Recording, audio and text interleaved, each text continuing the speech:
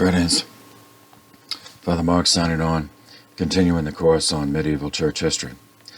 Picking up where we left off last time, we move into the 12th century with the reign of Pope 160, Pascal II. Pascal II was born, baptized with the name Reinarius, to a modest family in the Romagna. He was sent to a monastery as a boy by the family. Pope Gregory VII made him abbot of St. Lawrence outside the walls in 1078 and appointed him to the College of Cardinals. He was appointed Cardinal Priest of St. Clemente in Rome. And Pope Urban II entrusted him with diplomatic missions to Spain in service of the reconquest of the Iberian Peninsula from Islam. He accepted election on the 13th of August, 1099. In March of 1102, Pope Pascal repeated what previous popes had done, prohibiting lay investiture, which we've spoken about extensively in previous lectures. He also took the unsavory step of supporting a revolt in Germany, a revolt of the future Henry V or Heinrich V against his father in 1105. The Pope did this by telling the son that he was absolved of his oaths of allegiance as well as obligation of loyalty to his father, as his father was in a state of schism. The Pope soon found that the son was no more Catholic than the father and was just as insistent on maintaining the secular right to lay investiture. So Pope Pascal renewed his condemnation of lay investiture at synods in 1106, 1107, 1108, and 1109. By then, Heinrich V was determined to be anointed and crowned as emperor. In a meeting at Sutri on the 12th of February, 1111, they agreed that Heinrich would abandon lay investiture in return for the Pope agreeing that the German Church would surrender or return all of the lands and fiefs they held as vassals to the king and other secular lords. So it was almost a pledge by the Pope to withdraw the church from feudalism. Not completely, because the church did still have fiefs that were just given as endowments, not as part of a vassalage obligation. But still, it would have extracted the church from the political entanglements of being vassals, of holding secular office as well as sacred. So here is the text, or at least part of the text, of Pascal's agreement, dated February 12th, 1111. Bishop Pascal, servant of the servants of God, to his beloved son Heinrich and his successors forever. It is both decreed against by the institutes of the divine law and interdicted by sacred canons that priests should busy themselves with secular cases or should go to the public court, except to rescue the condemned or for the sake of others who suffer injury. Wherefore also the Apostle Paul says, if you have secular judgments, constitute as judges those who are of a low degree in the church.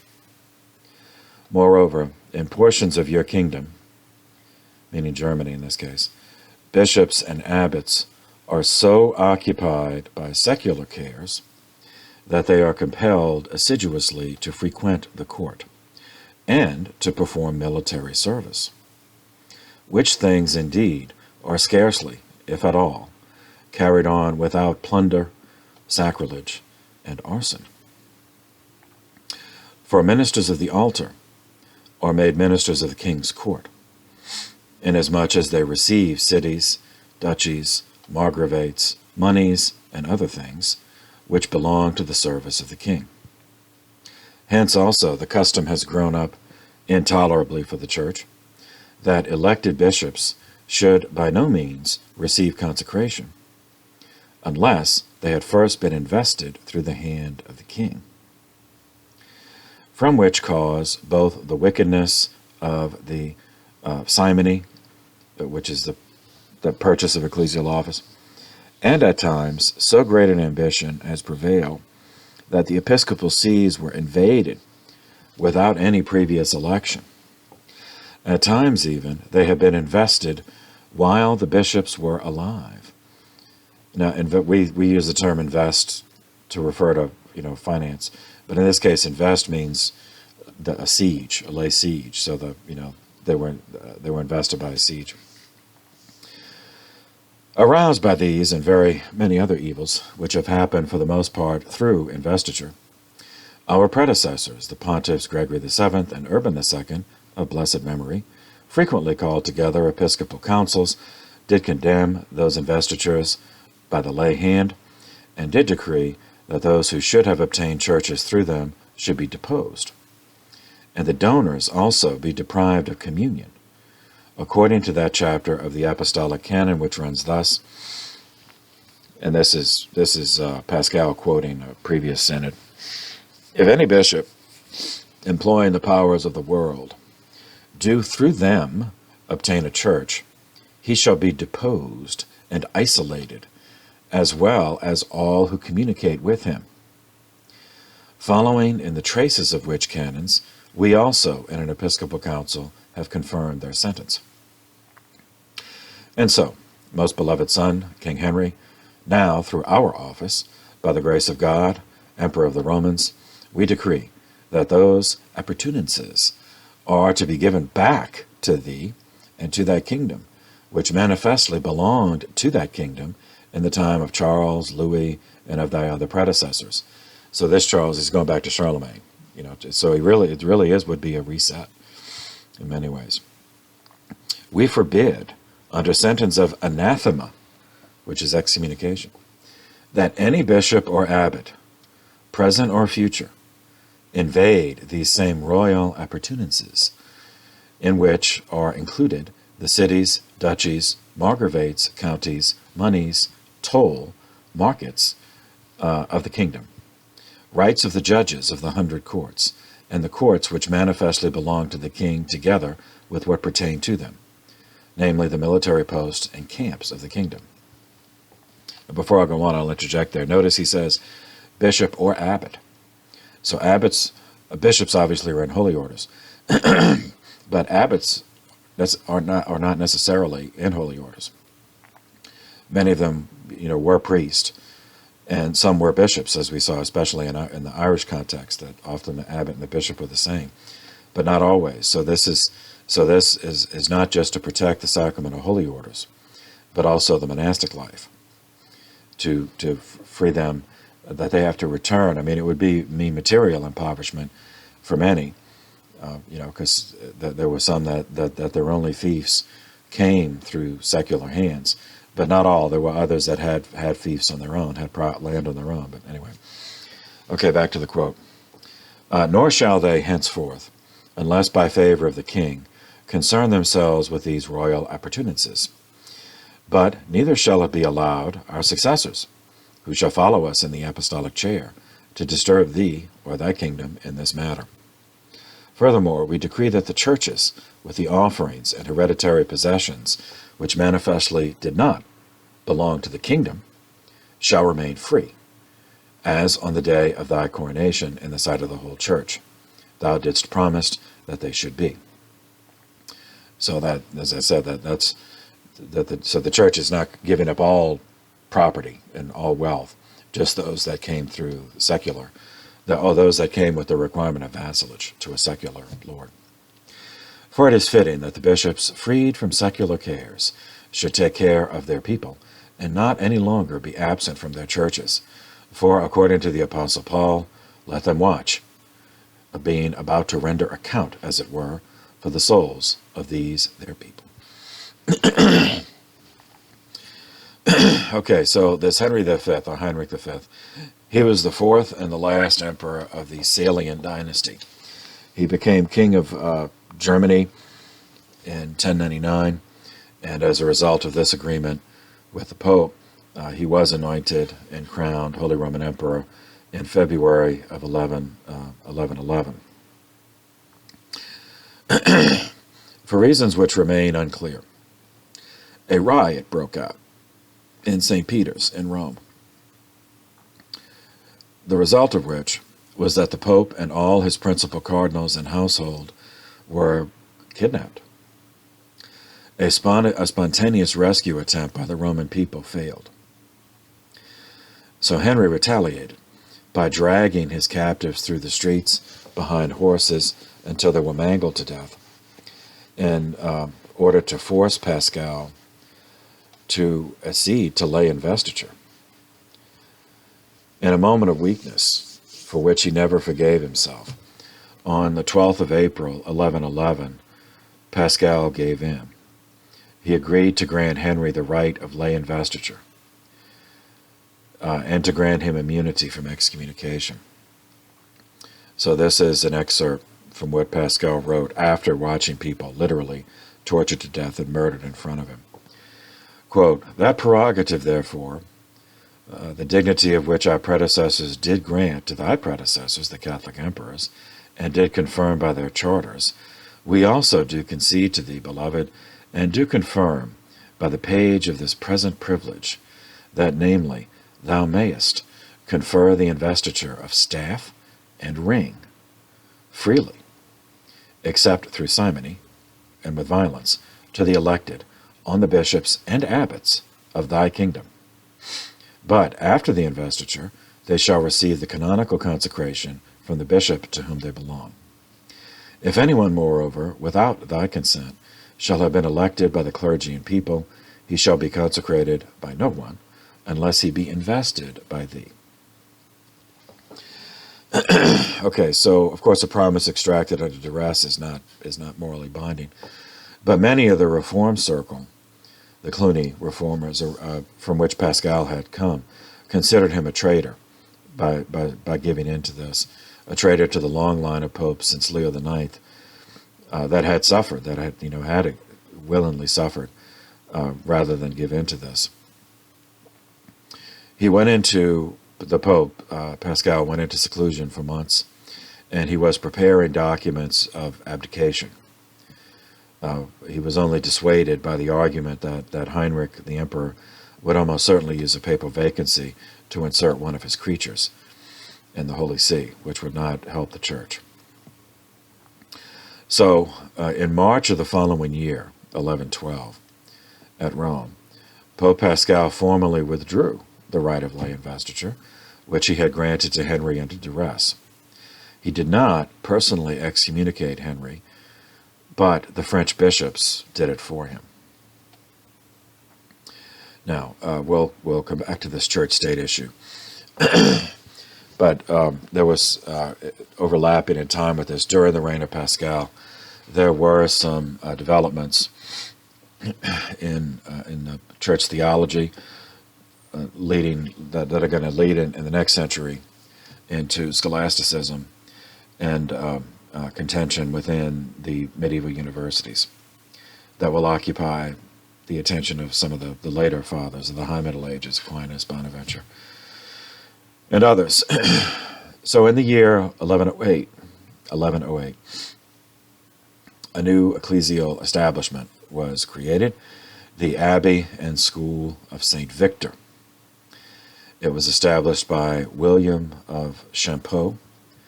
That's Champeaux.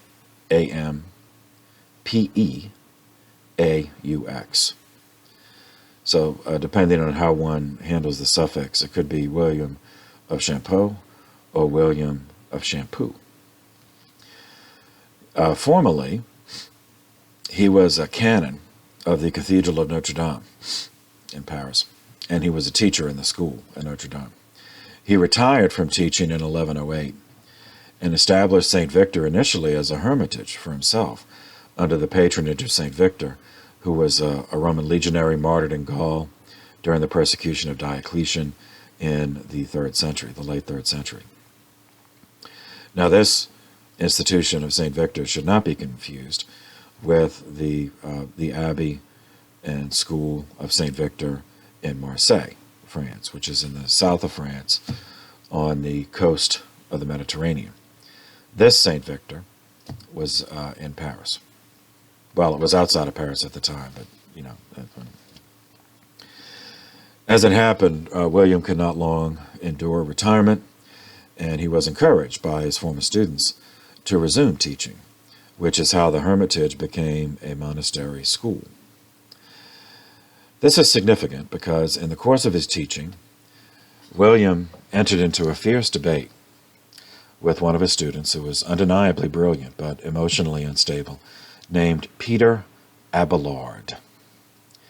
Abelard. Abelard was a proponent of nominalism based on a particular interpretation of rediscovered text of Aristotle, which we covered in the last century. Provoked, William, or Shampoo, worked out a systematic response based on Augustinian Platonism. William's response became the foundation of one school of medieval theology, namely medieval realism. That's capitalized as a proper term. Now, realism, this is another, so, you know, now in contemporary English, we also use the word realism, but it had a distinct meaning, actually almost complete opposite meaning, in the medieval context. So in the medieval context, realism is the belief that universals, that objective reality does exist, independently of us, independently of any physical manifestation. They exist because created by God. They exist in the mind of God, apart from individual specimens. So there's the goodness, truth, beauty, grace, church, right and wrong. All those things do exist. They are objective. Now, we might misunderstand and, get it wrong, but they do exist objectively. There is an objective order. Whereas nominalism, you remember we covered in the last century, from the Latin, nomina just means name. So the nominalist asserted that either the universals don't exist at all, or if they do, it's irrelevant because we can't know them. If they exist in some non-spatial, non-material, non-temporal realm, then we can't know them. So either objective truth doesn't exist at all, or if it does, we can't know it. So we just assign names to these concepts, hence nomina, nominalism, nameism. We assign names to these concepts just for the sake of convenience. Goodness, truth, beauty, etc., right and wrong. But we can't know if any assertion about those is objectively true. So here's the account by Abelard of how this all started. Quote, I came at length to Paris, where above all in those days the art of dialectics was most flourishing. Dialectic is scholarly debate. And there did I meet Guillaume de Champeau, my teacher, a man most distinguished in his science, both by his renown and by his true merit. With him I remained for some time. At first, indeed, well liked by him, but later I brought him great grief, because I undertook to refute certain of his opinions, not infrequently attacking him in disputation. And now and then in these debates, I was judged victor. Now this, to those among my fellow students who were ranked foremost, seemed all the more insufferable because of my youth and the brief duration of my studies. Out of this sprang the beginning of my misfortunes, which have followed me even to the present day. The more widely my fames, oh God, this guy is such an egotist. The more widely my fame spread abroad, the more bitter was the envy that was kindled against me. It was given out that I, presuming on my gifts far beyond the warrant of my youth, was aspiring despite my tender years, to the leadership of the school. Nay more, that I was making ready the very place in which I would undertake this task, the place being none other than the castle of Melun, at that time a royal seat. All right, he goes on and on in that vein. We're going to meet Abelard again. That's why I spent some time on this. All right, William of Champeau's writings gained circulation and prestige when he was named bishop in 1113, the Bishop of Salon on the Marne River. The rift in medieval scholasticism between nominalism and realism would endure for centuries, literally for centuries, and it would affect all subjects, as each set of presuppositions had ramifications in ontology, which is the philosophy of being and existence, metaphysics, the philosophy of that which is non-material, that which exists beyond the physical realm. Epistemology is the philosophy of knowledge. How do we come to learn, remember, and pass on what we learn? Ecclesiology is the theology of church. And sacramentology, obviously, is a theology of our sacraments, which also falls with grace, the category of grace. In the year 1120, a guy named Hugh, he was the son of Baron Conrad of Blankenburg, which is Saxony in Germany. So this guy's a German, Saxon. So in 1120, Hugh entered St. Victor in Paris. So this he's known. So seminarians are connecting with your other theology courses. This is Hugh of St. Victor. He developed into a productive and influential scholar. 46 of his works have survived. He was an Augustinian Platonist and thus defended the realist side of the universals debate within scholasticism, following the example of his teacher William of Champeau. Though Hugh did consistently maintain that the arts and philosophy could enhance the study of theology, whereas because of the rift, there were those who came to regard study of secular arts and philosophy as detrimental to theology, because they blamed Aristotle for this. And of course Aristotle was secular because he was, lived three centuries before the Incarnation, so he was pagan. But Hugh said that, there's no need to go that far, that there is good on all sides. So a few things he wrote. One is titled On the Mysteries of the Christian Faith, which is about the sacraments. Significant because it is the first medieval summa. So I know you seminarians have encountered, and we will again later in the next century, the Summa Theologica of St. Thomas Aquinas. But that wasn't the first or the only one. Summa was a genre of academic writing. It was a work intentionally crafted to present a summary of a particular realm of thought.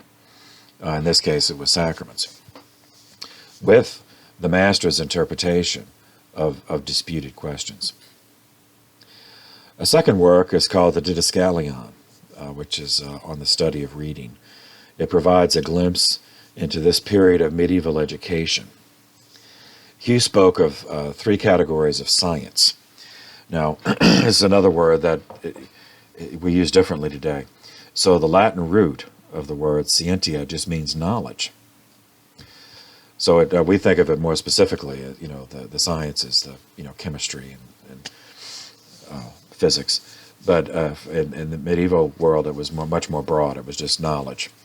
So Hugh distinguished three categories of knowledge.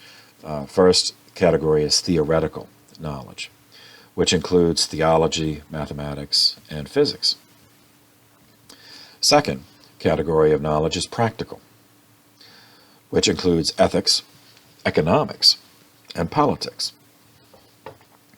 The third category of knowledge is mechanical, which includes agriculture, carpentry, medicine, etc.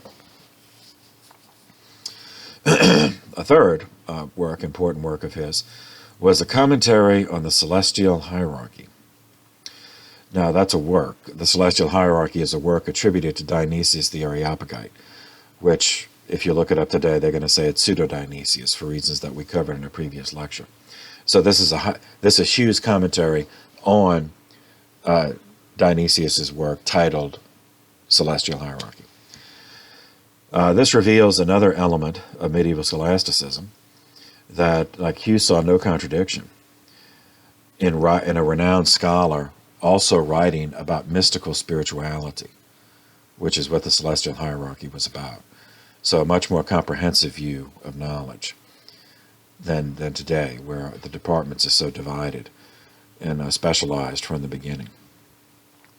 So here's one excerpt from Hugh's method of learning from the Didascalion of how he learned and how he taught others to learn.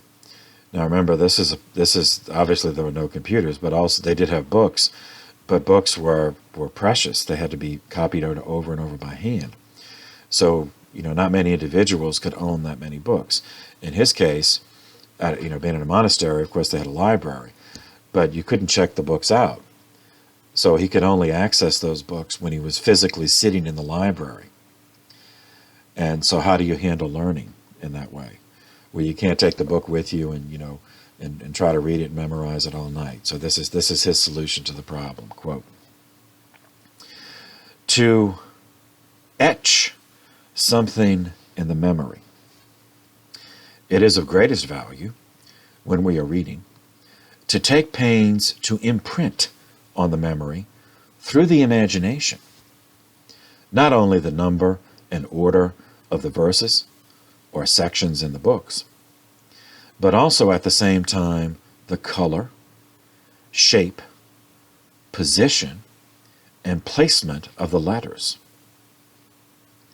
Where we saw this written down, and where that, in part, and in which place we saw it positioned, whether at the top, in the middle, or near the bottom.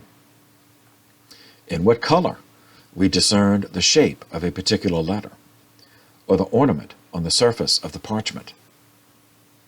I think there is nothing so effective for exciting the memory as meticulously paying attention to the surroundings of things, to those features which can occur accidentally and externally. Knowledge is a treasury, and your heart is its vault." Okay, so a few references. It might not make sense, but keep in mind, because the books were so precious, the manuscripts were illuminated.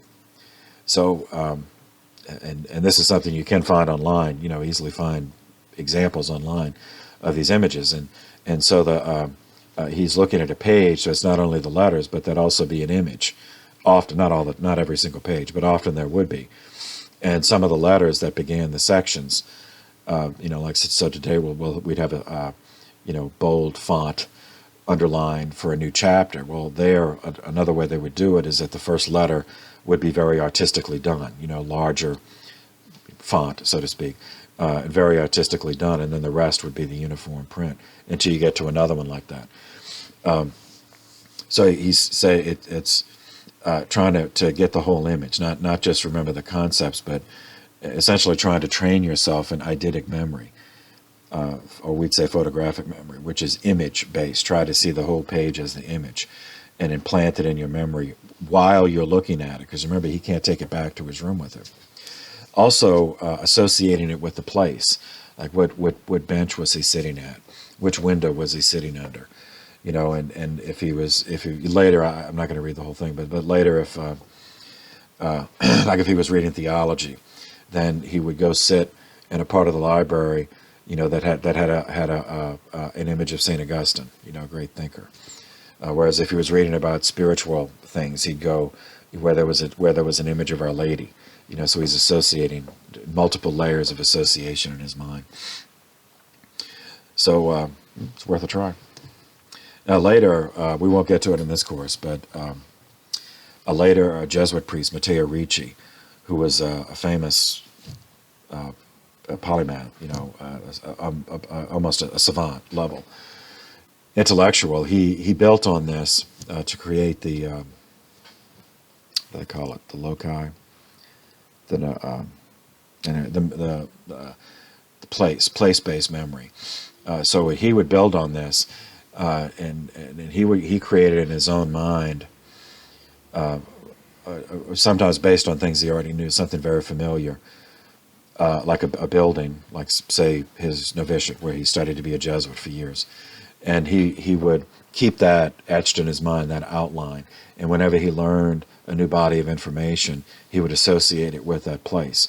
So like the introductory background work, he would associate with the vestibule, of the entrance to the church, of the novitiate, of the seminary, and so on. Then content, he would associate, well then, I'd associate that with this room, because this is where I had that professor who was good in that subject, or here, and then another room, and so on. So it's, how do you, because they had to keep more in their minds, because even if they did pay, even if they could afford, or even if they did it themselves, just wrote out reference books by hand or anthologies by hand, like books of sentences, as we'll encounter with Peter Lombard, that was limited, and you can't just pick up the cell phone and look stuff up. So this is how that part of medieval education was mnemonic training, memory training.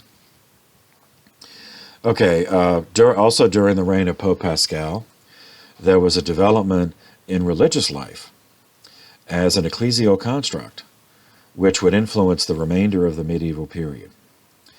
And this is going to bring together some things we covered since, much earlier, actually from the Patristus course, in terms of monasticism, the idea of religious orders, and from the secular side, which we saw earlier in the 9th century, the development of medieval knighthood, bringing all those things together into a new construct, specifically the military religious orders.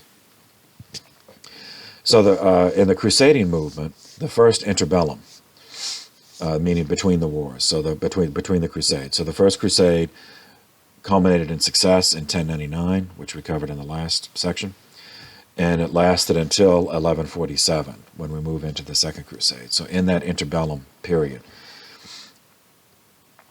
the crusading movement, and particularly since the first one succeeded in creating a Latin kingdom of Jerusalem and the Holy Land, prompted the unification of two previously separate callings, that of a monk with that of a soldier, in the form of military religious orders.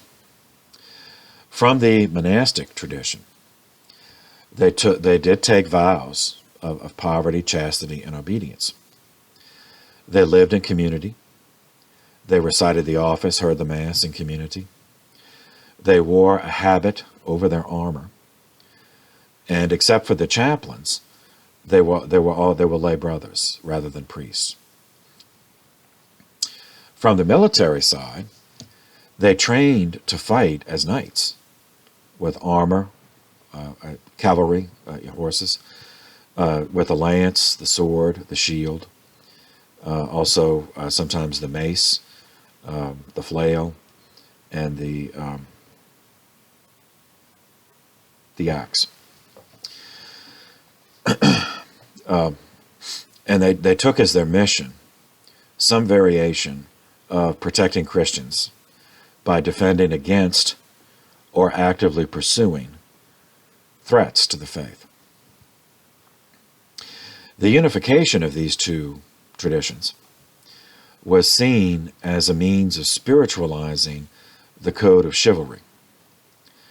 In this way, some elements within the church who promoted this new form of religious life hoped to retain the best qualities of the original idea of knighthood, while forming them to emphasize the virtues opposite to the vices which were all too prevalent among professional warriors, among those who might have been trained as knights but were not living up to the ethos, who just became thugs and mercenaries, who just lived off of made violence a trade, to just renting out their services.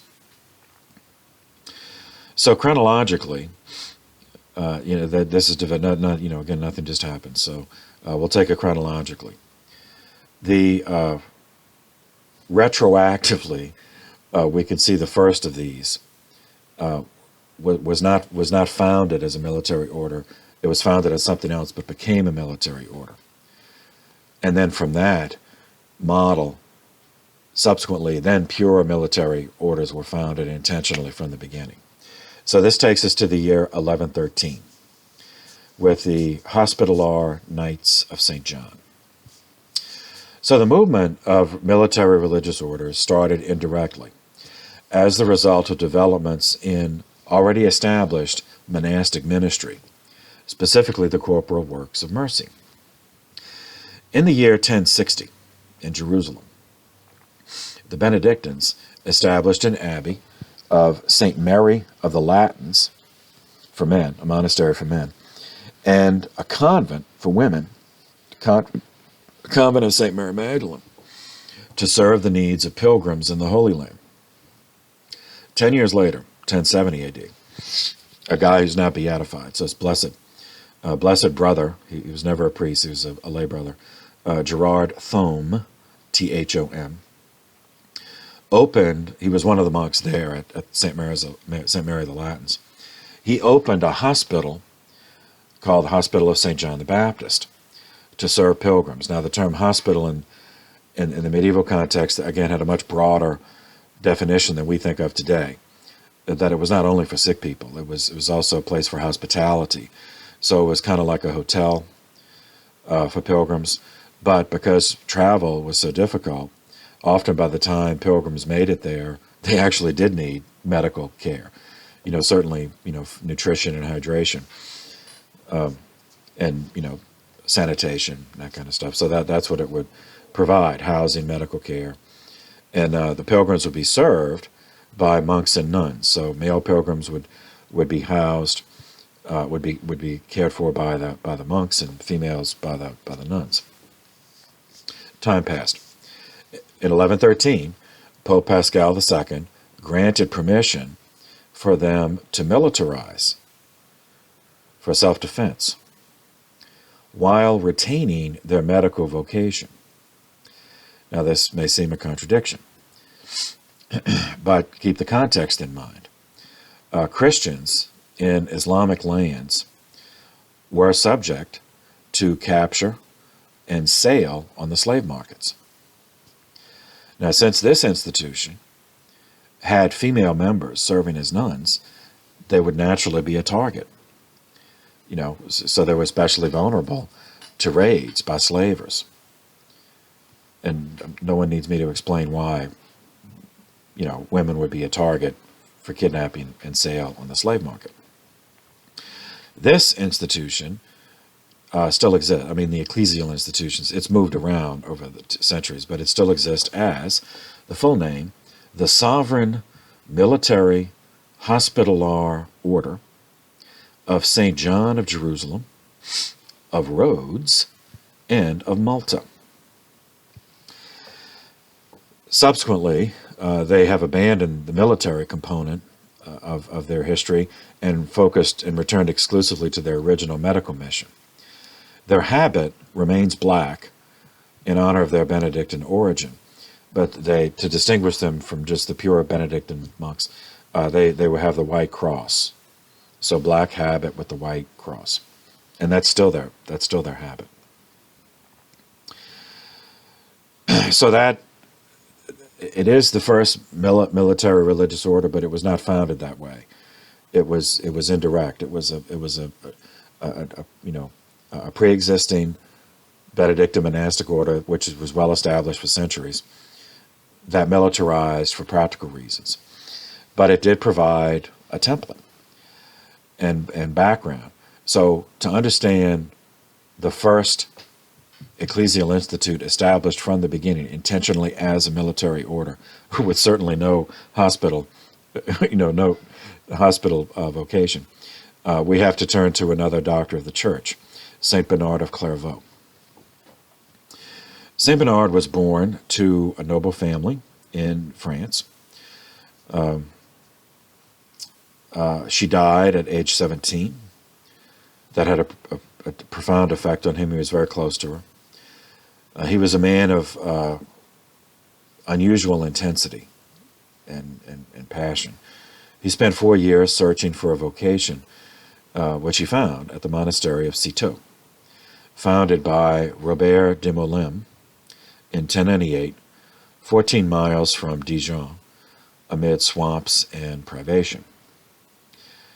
Robert and 21 other monks had been in a Cluny-style abbey, but had grown uncomfortable with the opulence that resulted from the rich endowments given over the centuries by people who admire Cluny's work. So Robert's small group, most noticeably, turned against the famous liturgical complexity and the opulence of the sacred art, preferring a very stark simplicity in their architecture and in their worship. And completely opposite from the Cluny, these guys regarded beauty in any form as a distraction. Robert's successor, St. Alberic, changed the habit of these guys. They were Cluny's Benedictines, so was a black habit, but he changed it to a white habit. And so all monks tracing themselves from this reform of Citeaux have white habits, and some part of it is white. So these guys would one day be called the Cistercians. From Citeaux, on the old imperial maps, that area was called Cistercium, and then it got contracted from Latin into French as Citeaux. So it had the Citeaux, but the I has the circumflex accent over it, which indicates that elision has taken place and a letter has disappeared, in this case the S. So from Cistercium to Citeaux. This type of austerity, promoted by the Cistercians, would appeal only to extreme personality types, of which St. Bernard was a prime specimen. Demonstrating the power of persuasion, for which he would one day become famous, when Bernard entered Citeaux in April of 1112, he brought with him 30 postulates, including 4 of his natural brothers, an uncle, and several lifelong friends. Later in life, his father would also become a monk, and one of his sisters a nun. The abbot at the time, the third abbot, St. Stephen Harding, was so impressed with Bernard that he sent him to establish a third Cistercian abbey in 1115, only 3 years after Bernard entered the order. So, in 1115, Bernard and his group of 12 traveled 90 miles from Citeaux to a heavily wooded, uninhabited spot called Clairvaux, in the valley of the Aube River, in the French province of Champagne, where later St. Joan of Arc would be born. So St. Bernard did not found the Cistercians, but their spread in popularity and prosperity was, at least in this early period, is in large measure attributable to his energy, his preaching, and his fame. By the time of his death, Clairvaux had established 68 daughter houses, foundations, priories, and abbeys. And the Cistercians, subsequently, were to give the church 1 pope, 5 cardinals, and 11 bishops in the medieval period. So because of St. Bernard's importance, and we're going to encounter him many times, he's another one of these guys that he just ends up in all over the place in the medieval period. So we have a couple of accounts from people who knew him. Remember, whenever we can, we try to take the time period on its own terms. So one of these is William of Saint-Thierry. He was a lifelong friend of Bernard, and he wrote a vita about him. So this is what he says. Saint Bernard was born in Fontaine, at Fontaine in Burgundy. And remember, in the Merovingian period, we covered about how France came together from different pieces. Burgundy was one of them, which corresponds to what is now eastern France as well as Switzerland. He was born near Dijon, at the castle of his father.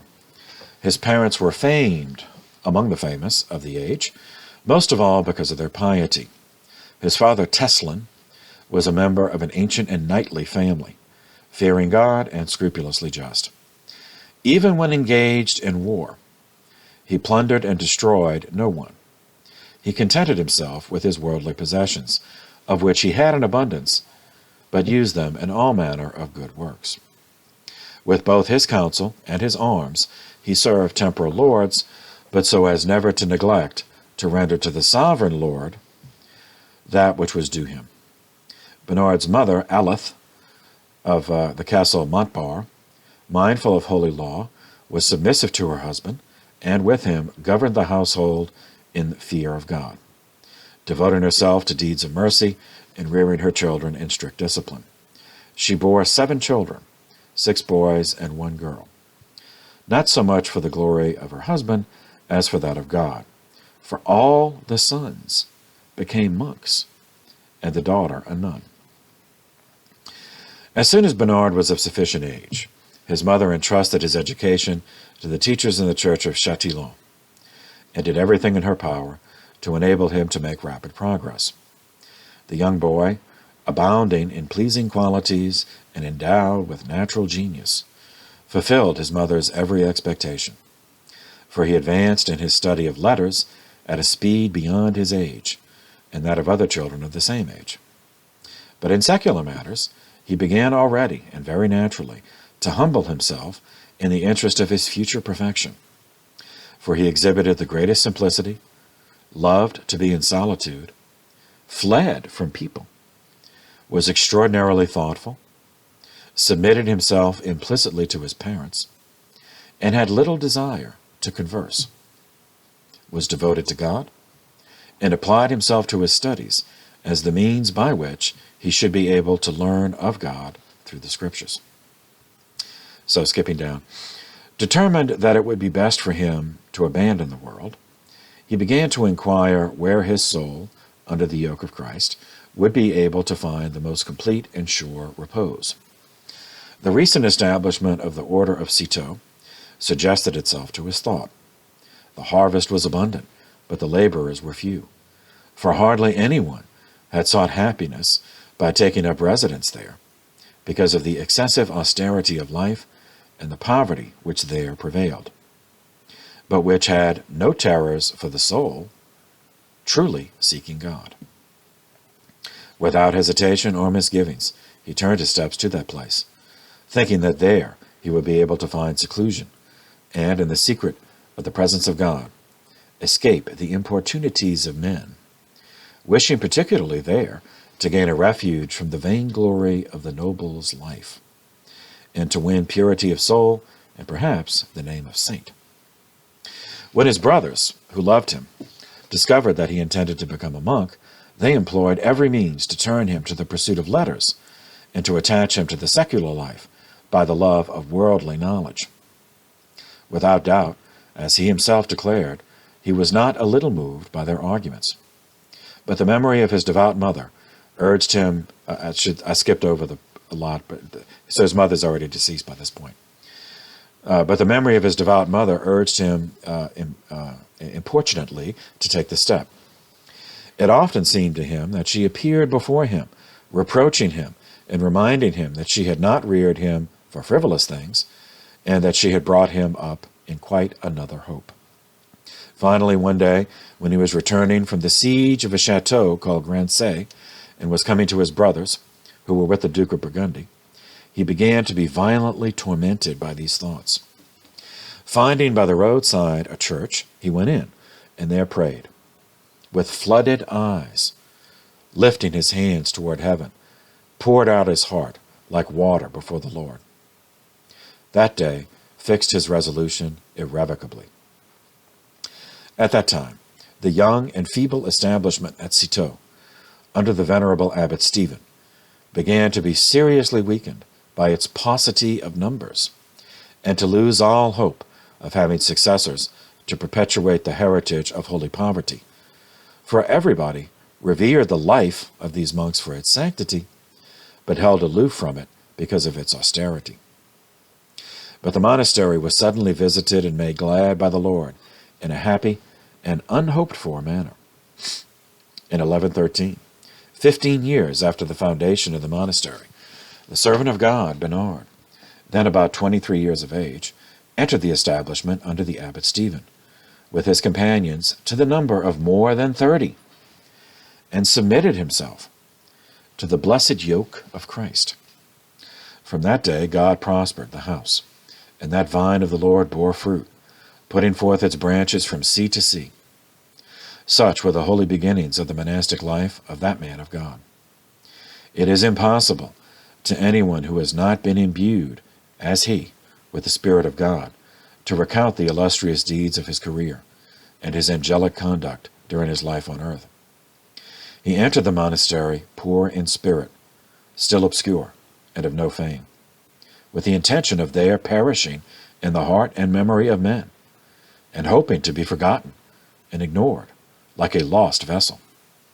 But God ordered it otherwise, and prepared him as a chosen vessel, not only to strengthen and extend the monastic order, but also to bear his name before kings and peoples to the ends of the earth.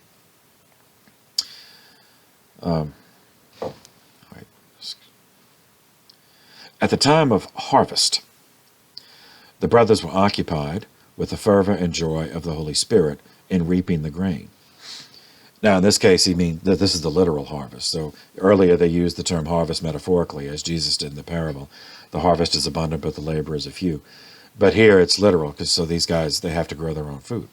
So, this is the literal harvest. At the time of the harvest, the brothers were occupied with fervor and joy of the Holy Spirit in reaping the grain. Since he, Bernard, was not able to have part in the labor, they bade him sit by and take his ease. Now, interject here, William doesn't explain why. Maybe it was a feeble constitution or, physically soft. But anyway, now pick back to the quote. Greatly troubled, Bernard had recourse to prayer, and with much weeping implored the Lord to grant him the strength to become a reaper. The simplicity of his faith did not deceive him, for that which he asked, he obtained. Indeed, from that day he prided himself in being more skillful than others at that task, and he was the more given over to devotion during that labor because he realized that the ability to perform it was a direct gift from God. So that suggests some kind of healing of a physical nature, but William just goes on and doesn't elaborate. Refreshed by his employments of this kind, he prayed, read, or meditated continuously. If any opportunity for prayer and solitude offered itself, he seized it. But in any case, whether by himself or with companions, he preserved a solitude in his heart, and thus was everywhere alone. He read gladly. He always with faith and thoughtfulness the Holy Scriptures, saying that they never seemed to him so clear as when read in the text alone. And he declared his ability to discern their truth and divine virtue much more readily in the source itself than in the commentaries which were derived from it. So I'll interject here. This is another aspect of what would become Cistercian austerity. So the text alone, that's referring, so he's, again, this whole movement, the Cistercian movement, was founded to separate itself from some aspects of Cluny monasticism, which had the very elaborate sacred art, including illuminated manuscripts. So the pictures, the drawings, in the Bible text, some would find helpful to fix it in their mind, as Hugh did, use those images to fix the stories in their mind. But with Bernard and following him, Cistercian austerity would prefer just plain copies of the text of the Bible with no illumination. Further, commentaries is another way that people would learn the Bible. What did this magister have to say about, the book of Isaiah? But he's preferring just to read the text. Now, of course, this is the Latin text of St. Jerome, the Vulgate that he's referring to. But still, those are both going to be part of the Cistercian tradition. So back to the quote. Nevertheless, he read humbly of the saints and orthodox commentaries, and made no pretense of rivaling their knowledge, but submitting his to theirs, and tracing it faithfully to its sources, he drank often at the fountain whence they had drawn, meaning the Bible. It is thus that, full of the Spirit which has divinely inspired all Holy Scripture, he has served God to this day, as the Apostle says, with so great confidence and such ability to instruct, convert, and sway. And when he preaches the Word of God, he renders so clear and agreeable that which he takes from Scripture to insert in his discourse, and he has such power to move men, that everybody, both those clever in worldly matters and those who possess spiritual knowledge, marvel at the eloquent words which fall from his lips. Okay, it goes on, but you get the point. So Bernard and Peter Abelard are later going to come into conflict. And so, I read an excerpt of how Abelard regarded himself. And now this is Bernard. This excerpt is not Bernard writing about himself, but it's people who knew him who did. So you see the opposition in their personalities. Abelard was an egotist, a preening, brilliant, no doubt, but a preening egotist, full of pride of self. Whereas Bernard, focusing on the humility and prayer, and so that, again, you see the opposition, the self as opposed to the selfless. All right, here's another account, more focusing on how the order was established, and how it grew. This is from Geoffrey of Clairvaux. He also knew Bernard, but he was younger. He was a younger man. William, the guy I just read, they were about the same age. They were friends since childhood. But Geoffrey of Clairvaux met Bernard later in life, after Bernard was already famous. And Geoffrey became his secretary for a time. And later, Geoffrey became an abbot, a future abbot of Clairvaux. Yeah. Okay, so this is from the Acta Sanctorum, the Acts of the Saints. There are a number of those works. The most famous one is the one done, the Bollandist, and there's another one in Rome. But this is just one, Acta Sanctorum. So I'll skip some of it. Quote, 12 monks and their abbot, representing our Lord and his apostles, were assembled in the church. Stephen, this is Abbot Stephen Harding, placed a cross in Bernard's hands, who solemnly, at the head of his small band, walked forth from Citeaux. Bernard struck away to the north. For a distance of nearly 90 miles, he kept this course, passing up by the source of the Seine, by Châtillon, of school-day memories, until he arrived at La Ferte, about equally distant between Troyes and Chaumont, in the diocese of Langres, situated on the river Aube, that's A-U-B-E. About 4 miles beyond La Ferte was a deep valley opening to the east. Thick, umbrageous forest gave it a character of gloom and wilderness, but a gushing stream of limpid water which ran through it was sufficient to redeem every disadvantage. In June 1115, Bernard took up his abode in this valley of wormwood, as it was called, and began to look for means of shelter and sustenance against the approaching winter. The rude fabric which he and his monks raised with their own hands was long preserved by the pious veneration of the Cistercians. It consisted of a building covered by a single roof, under which chapel, dormitory, and refectory were all included. The refectories where they ate. Neither stone nor wood hid the bare earth, which served for the floor. Windows scarcely wider than a man's head admitted a feeble light. In this room the monks took their frugal meals of herbs and water. Immediately above the refectory was the sleeping apartment. So it was like a barn. It was reached by a ladder, and was in truth a sort of loft. Here were the monks' beds, which were peculiar. They were made in the form of boxes or bins of wooden planks, long and wide enough for a man to lie down in. So, a coffin, essentially. A small space, hewn out with an axe, allowed room for the sleeper to get in or out. The inside was strewn with chaff or dried leaves, which, with the woodwork, seemed to have been the only covering permitted. The monks had thus got a house over their heads, but had very little else. They had left Citeaux in June. Their journey had probably occupied them a fortnight. Their clearing, preparations, and building, perhaps 2 months. And thus they were near September, when this portion of their labor was accomplished. Autumn and winter were approaching, and they had no store laid by. Their food during the summer had been a compound of leaves intermixed with coarse grain. Beech nuts and roots were to be their main support during the winter. And now, to the privations of insufficient food, was added the wearing out of their shoes and clothes. So it goes on and on like this. But you get the message. So this is seeing it from another side. So William's focus was just on Bernard, and Jeffries is, since he later became an abbot himself, he wants to preserve the history of the early community. So their food had been a compound of leaves and herbs, so essentially salads. Pope Pascal II died on January 21st, 1118.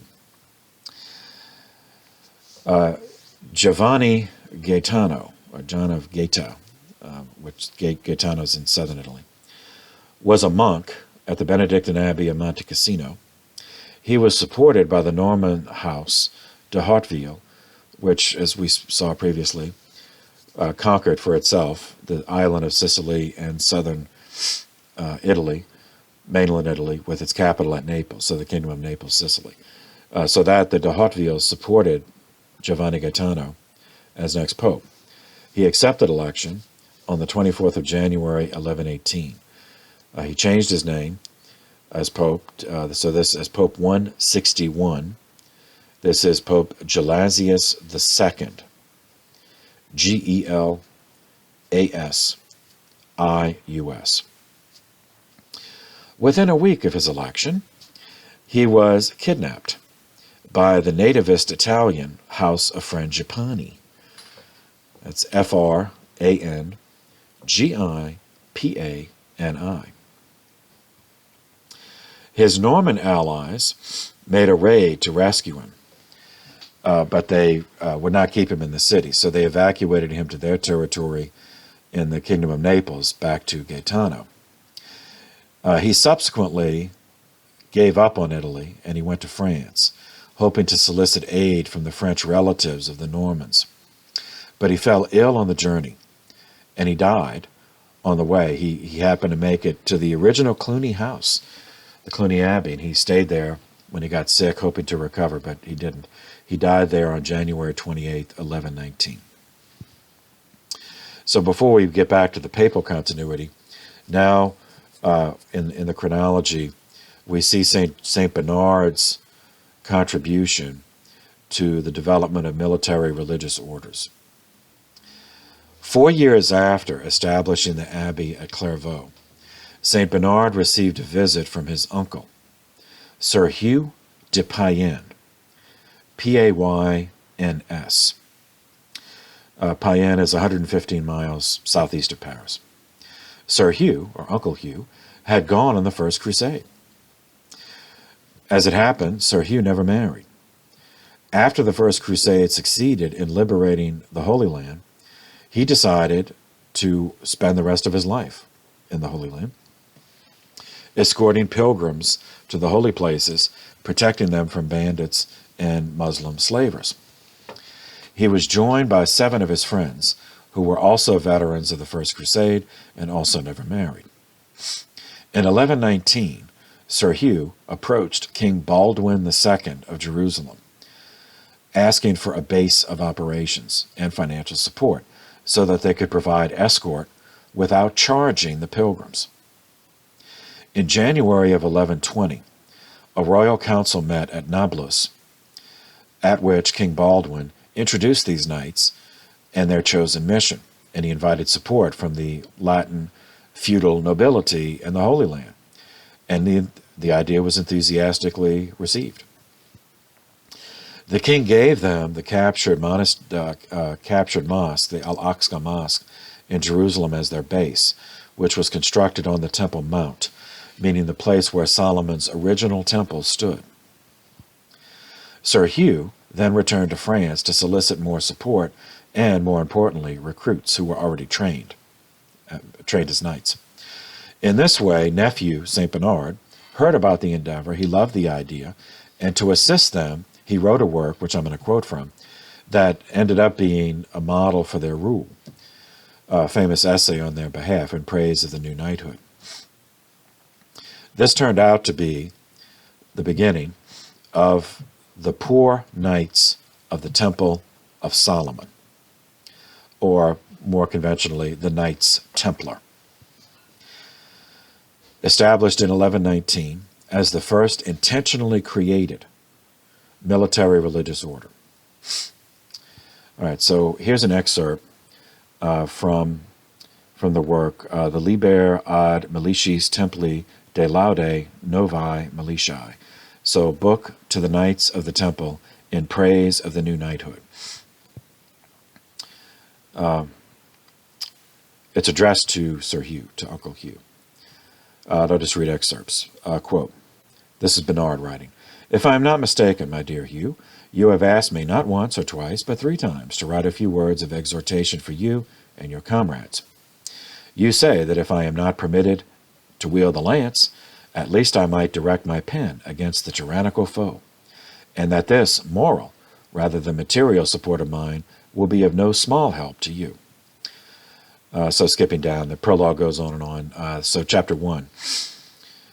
Quote, it seems that a new knighthood has recently appeared on the earth, and precisely in that part of it which the Orient, again, that's the word he uses. I know we're not supposed to use that word now. We're supposed to say East or Asia, so that's what I mean.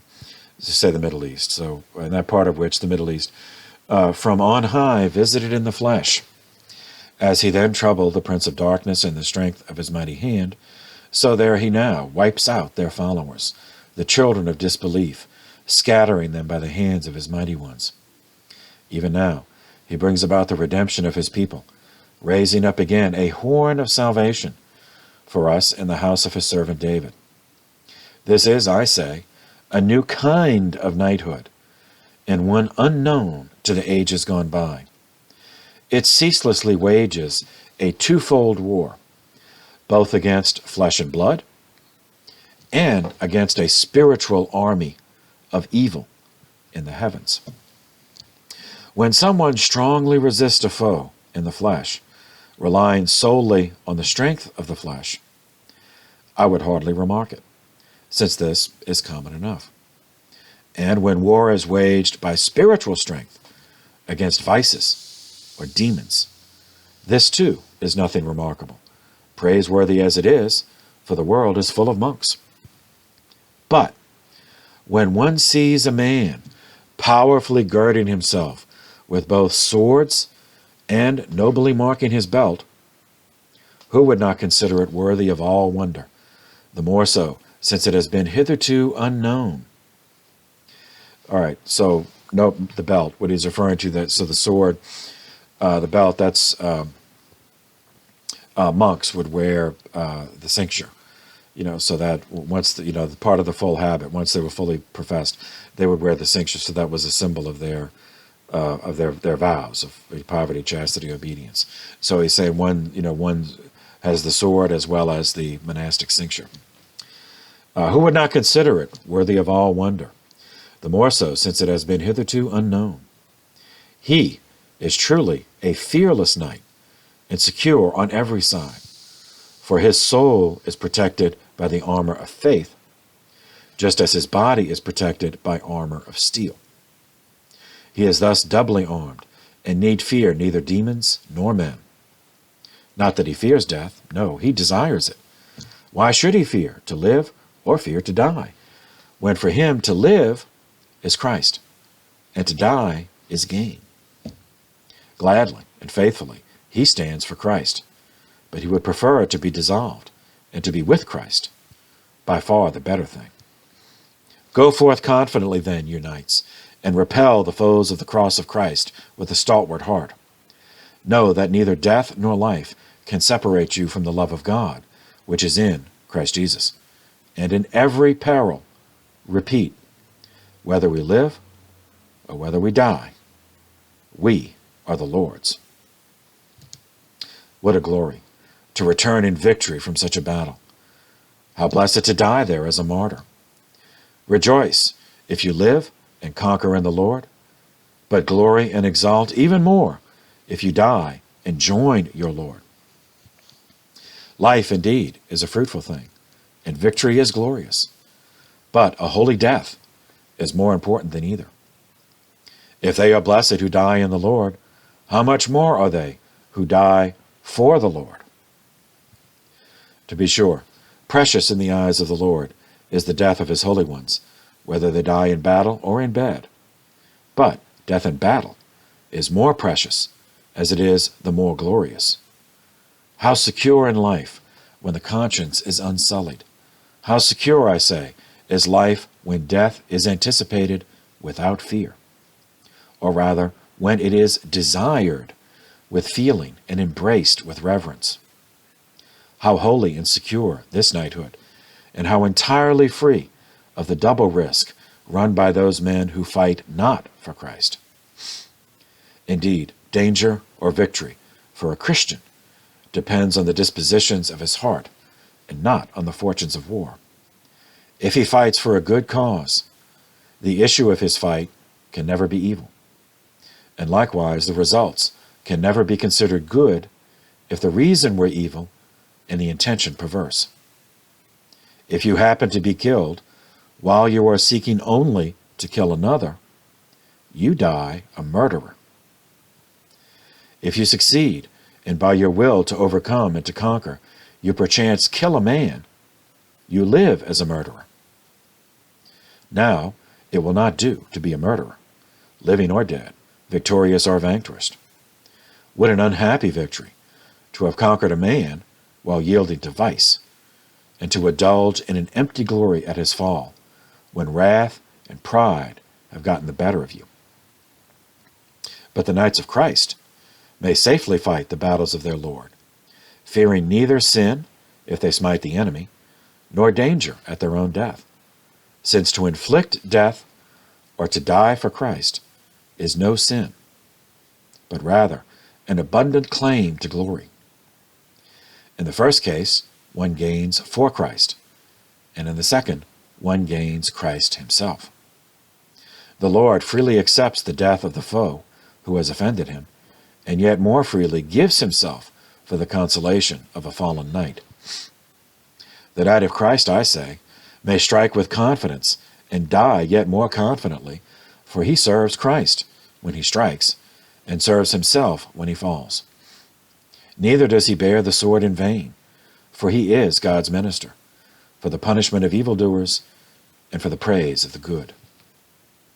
If he kills an evildoer, he is not a man-killer, but, if I may so put it, a killer of evil. All right, so I'll pause there. This idea that killing in a holy cause, with a proper disposition, and, killing an enemy, of the faith, is not murder, is not homicide, but rather it is malicide. It is killing evil. That was an essential theological construct in the medieval period, but to justify the whole crusading movement, as well as in general, as well as in particular to justify these military religious orders. So malicide is what he's talking about, killing evil. So back to the quote. He is evidently the avenger of Christ toward evildoers, and he is rightly considered a defender of Christians. Should he be killed himself, we know that he has not perished, but has come safely into port. When he inflicts death, it is to Christ's profit, and when he suffers death, it is for his own gain. The Christian glories in the death of the pagan, because Christ is glorified, while the death of the Christian gives occasion for the king to show his liberality in the rewarding of his knight. In the one case, the just shall rejoice when he sees justice done, and in the other, man shall say, truly, there is a reward for the just. Truly, it is God who judges the earth.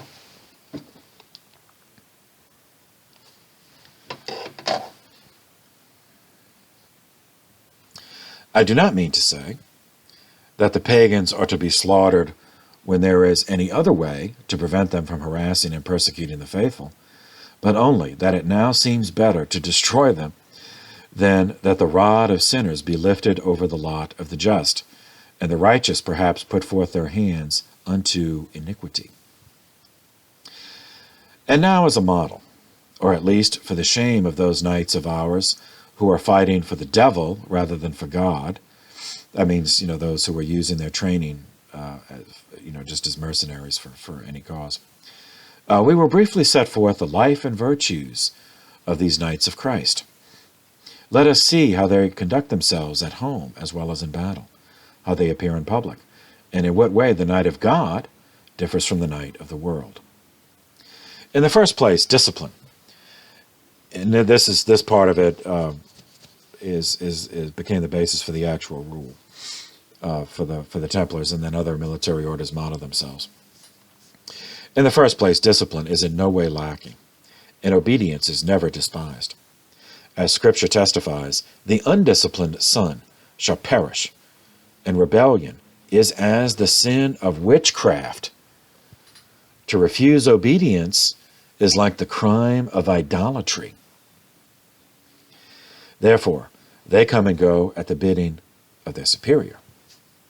They wear what he gives them, and do not presume to wear or to eat anything from another source. Thus they shun every excess in clothing and food, and content themselves with what is necessary. They live as brothers in joyful and sober company, without wives or children, so that their evangelical perfection will lack nothing. They dwell united in one family, with no personal property whatsoever, careful to keep the unity of the Spirit and the bond of peace. You may say that the whole multitude has but one heart and one soul, to the point that nobody follows his own will, but rather seeks to follow the commander. They never sit in idleness or wander about aimlessly, but on the rare occasions when they are not on duty, they are always careful to earn their bread by repairing their worn armor and torn clothing, or simply by setting things in order. For the rest, they are guided by the common needs and by orders of their master. There is no distinction of persons among them, and deference is shown to merit rather than to noble blood. They rival one another in mutual consideration, and they carry one another's burdens, thus fulfilling the law of Christ. No inappropriate word, idle deed, unrestrained laugh, not even the slightest whisper of murmur, is left uncorrected once it has been detected. They forswear dice and chess, and abhor the chase. They take no delight in the ridiculous cruelty of falconry, as is the custom. As for jesters, magicians, bards, troubadours, and jousters, they despise and reject them as so many vanities and unsound deceptions. Their hair is worn short, in conformity with the Apostle's saying that it is shameful for a man to cultivate flowing locks. Indeed, they seldom wash and never set their hair, content to appear dusty, bearing the marks of the sun and of their armor. When the battle is at hand, they arm themselves interiorly with faith and exteriorly with steel, rather than decorate themselves with gold, since their business is to strike fear in the enemy, rather than to incite his cupidity. They seek out horses which are strong and swift, rather than those which are brilliant and well-plumed. They set their minds on fighting to win, rather than on parading for show. They think not of glory, and seek to be formidable rather than flamboyant. At the same time, they are not quarrelsome, rash, or unduly hasty, but soberly, prudently, and providentially, drawn up in orderly ranks, as we read of the fathers. Indeed, the true Israelite is a man of peace, even when he goes forth to battle. Once he finds himself in the thick of battle, this knight sets aside his previous gentleness, as if to say, I do not hate those who hate you, O Lord. Am I not disgusted with your enemies? These men at once fall violently upon the foe, regarding them as so many sheep. No matter how outnumbered they are, they never regard these as fierce barbarians or as awe-inspiring hordes, nor do they presume on their own strength, but trust in the Lord of armies to grant them victory. They are mindful of the words of Maccabees. It is simple enough for a multitude to be vanquished by a handful. It makes no difference to the God of heaven whether he grants deliverance by the hands of a few or many. For victory in war is not dependent on a large army, and bravery is the gift of heaven. On numerous occasions, they had seen one man pursue 1,000, and two put 10,000 to flight. Thus, in a wondrous and unique manner, they appear gentler than lambs, yet are fiercer than lions. I do not know if it would be more appropriate to refer to them as monks or as soldiers, unless perhaps it would be better to recognize them as being both. Indeed, they lack neither monastic meekness nor military might. It goes on, but you get the point. So this is essentially a theology of a medieval religious order, and there were those who were uncomfortable with this, that would see the calling of a soldier and the calling of a monk as being separate, and so this was an essential. As we saw the previous one, the Hospitaller Knights, that was purely self-defense. So they hospitalized, so they would guard themselves and guard their hospitals.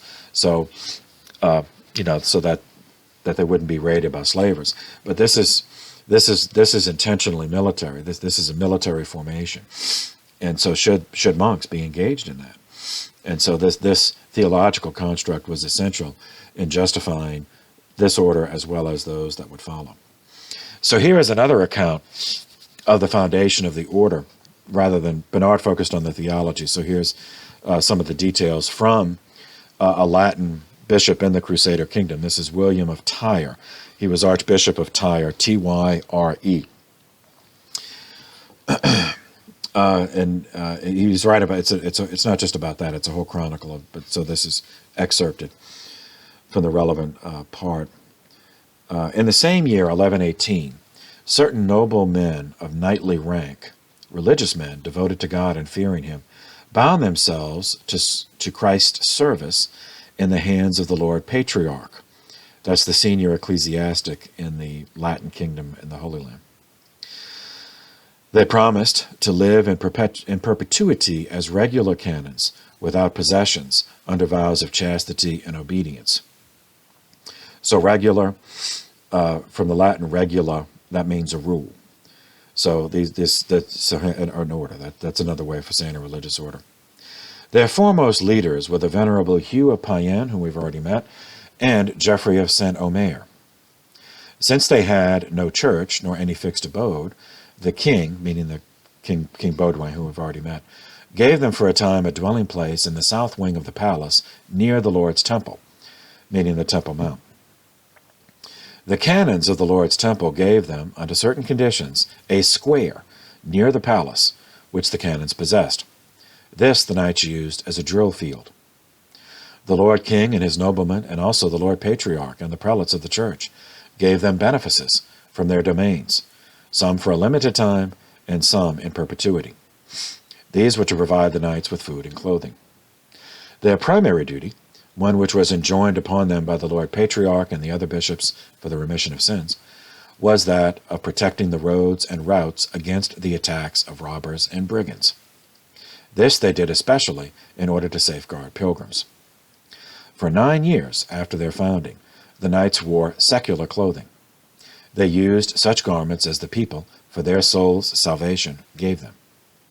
In their 9th year, there was held in France, at Troyes, a council at which the Lord Archbishops of Reims and Sens and their suffragans were present, as well as the Bishop of Albano in Italy, who was the legate of the Apostolic See, and the abbots of Citeaux, Clairvaux, Pontigny, and many others. So Clairvaux, that's St. Bernard. So St. Bernard was at this meeting. This council, by command of the Lord Pope Honorius and the Lord Stephen, Patriarch of Jerusalem, established a rule for the knights and assigned them a white habit. So, because Bernard wrote their rule. and Bernard was a Cistercian. The Cistercian habit was white. So it flows from that. At least the monastic side of their vocation flows from that. So that's why their habit was white instead of black. Although the knights now had been established for 9 years, there were still only 9 of them. From this time onward, their numbers began to grow and their possessions began to multiply. Okay. So this happened in the reign of Pope Gelasius II, who died in the same year on January 29th, 119. The cardinals who fled to Naples and then France with Pope Gelasius II were with him when he died at Cluny in France. So they held a conclave there. They elected the Archbishop of Vienne to replace him. Now that's not Vienna. Vienna is in Austria. Vienne is in France.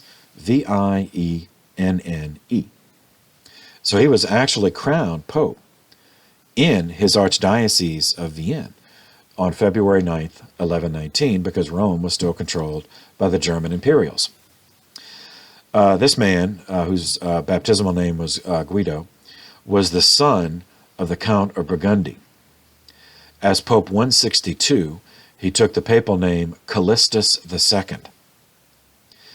His family connections, as he was of the aristocracy, offered the first real chance in many years to bring the Cluny reform to an international reset level with secular cooperation, because Callistus was related by dynastic marriages of his relatives to all the major ruling houses of Western Europe. So this led to the Diet of Worms. All right, I forgot if we talked about this, so if I'm repeating myself, I'm sorry. But if you look in German history, there are many diets, D-I-E-T. I know that doesn't sound right in English, but it's from the Latin word dies, meaning day. So a diet in German history means it was a meeting of lords, secular and ecclesiastic, summoned to meet at a particular place on a particular day. The meeting might go on for more days, but so everybody could arrange their travel, they would all get the messages and say, on this day, we meet at this city. So in this case, it was the diet that met at the city of Worms, which is spelled worms, but, it's Worms. And there were many diets of Worms, so you always need the date to look up the particular ones. This one, the day, was September 23rd, 1122. This is significant because part of the international reset was sufficient international agreement to officially, at least, bring the investiture controversy to an end. Now, as we'll see, it just morphed into something else, into more church-state disputes, but at least officially was an end, based on the Concordat of Worms. The Concordat is a treaty between secular and ecclesiastic. It was based on the settlement reached in England between St. Anselm and King Henry I of England, which we covered in the section on St. Anselm. By the terms of this Concordat, the German Emperor Heinrich V renounced his claim to invest bishops with the crozier and ring, in return for the Church's agreement that bishops and abbots would be invested with a scepter to symbolize the temporal power they received from the king. England, France, and Germany all accepted this settlement, thereby officially ending the investiture controversy in those realms. The Church conceded that churchmen would offer fealty and accept and undertake the oaths of vassalage in return for fiefs, lands, and titles given from the secular authority. But the ceremony, that secular ceremony, would be at least 6 months separate from the ordination, from the ecclesiastical ceremony. If they were not already ordained, that it would be separate to avoid confusing the faithful by having sacramental ordination and the fealty ceremony of vassalage take place in the same event, in the same day. So here's the text from Callistus. I, Bishop Callistus, servant of the servants of God, do grant to thee, beloved son, Henry, by the grace of God, august emperor of the Romans, that the elections of the bishops and abbots of the German kingdom, who belong to the kingdom, shall take place in thy presence, without simony and without violence, so that if any discord shall arise between the parties concerned, thou, by the counsel or judgment of the metropolitan and the co-provincials, metropolitan is an archbishop, mayest give consent and aid to the party which has the more right. The one elected, moreover, without any exaction, may receive the regalia from thee through the lance, and shall unto thee for these what he rightfully should, and shall do unto thee for these what he rightfully should. So the regalia, it means the symbols of secular authority. Be he who is consecrated in the other parts of the empire, that means like Burgundy and Italy, meaning outside of Italy, but still part of the Holy Roman Empire, shall, within 6 months, and without exaction, receive the regalia from thee through the lance, and shall do unto thee for these what he rightfully should. That means he accepts the obligations of vassalage. Accepting all things which are known to belong to the Roman Church, concerning matters, however, in which thou dost make complaint to me, and dost demand aid, I, according to the duty of my office, will furnish aid to thee. I give unto thee true peace, and to all who are or have been on thy side in this time of discord. So that's the Pope's side. Now here's Henry's side. The edict of the Emperor Heinrich V. In the name of the Holy and Indivisible Trinity, I, Henry, by the grace of God, august Emperor of the Romans, for the love of God and of the Holy Roman Church, and of our Master, Pope Callistus, and for the healing of my soul, do remit to God, and to the holy apostles of God, Peter and Paul, and to the Holy Catholic Church, all investiture through ring and staff. That's the ecclesiastical symbol, so he's giving that up. And do grant that in all the churches that are in my kingdom or empire, there may be canonical election and free consecration. All the possessions and regalia of St. Peter, which from the beginning of this discord unto this day, whether in the time of my father or also in mine, have been abstracted, and which I hold, I restore to that same Holy Roman Church. As to those things, moreover, which I do not hold, I will faithfully aid in their restoration.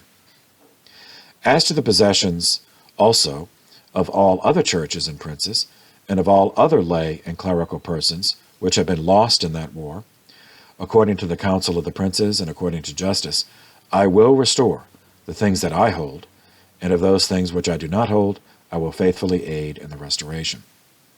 And I grant true peace to our Master, Pope Callistus, and to the Holy Roman Church, and to all those who are or have been on its side. And in matters where the Holy Roman Church shall demand aid, I will grant it. And in matters concerning which it shall make complaint to me, I will duly grant to it justice. Okay, so as the war is referred to, obviously there's the ecclesial dispute, the church-state dispute of authority. But as we saw as far back as, Henry IV, his father, there were actually wars. There was actually civil wars fought over this. So that's what he's referring to, that if he or any of his vassals, secular vassals, had stolen from the church, that he promised to restitution for that.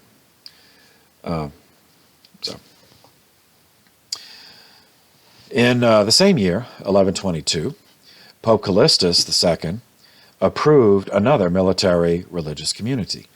This was the Knights of the Holy Sepulchre. Their particular vocation, charism, was to defend the city of Jerusalem itself. It lasted in that form until 1244.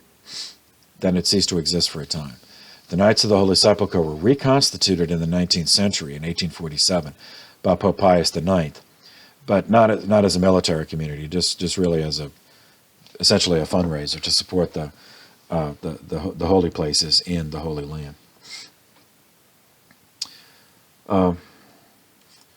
Okay.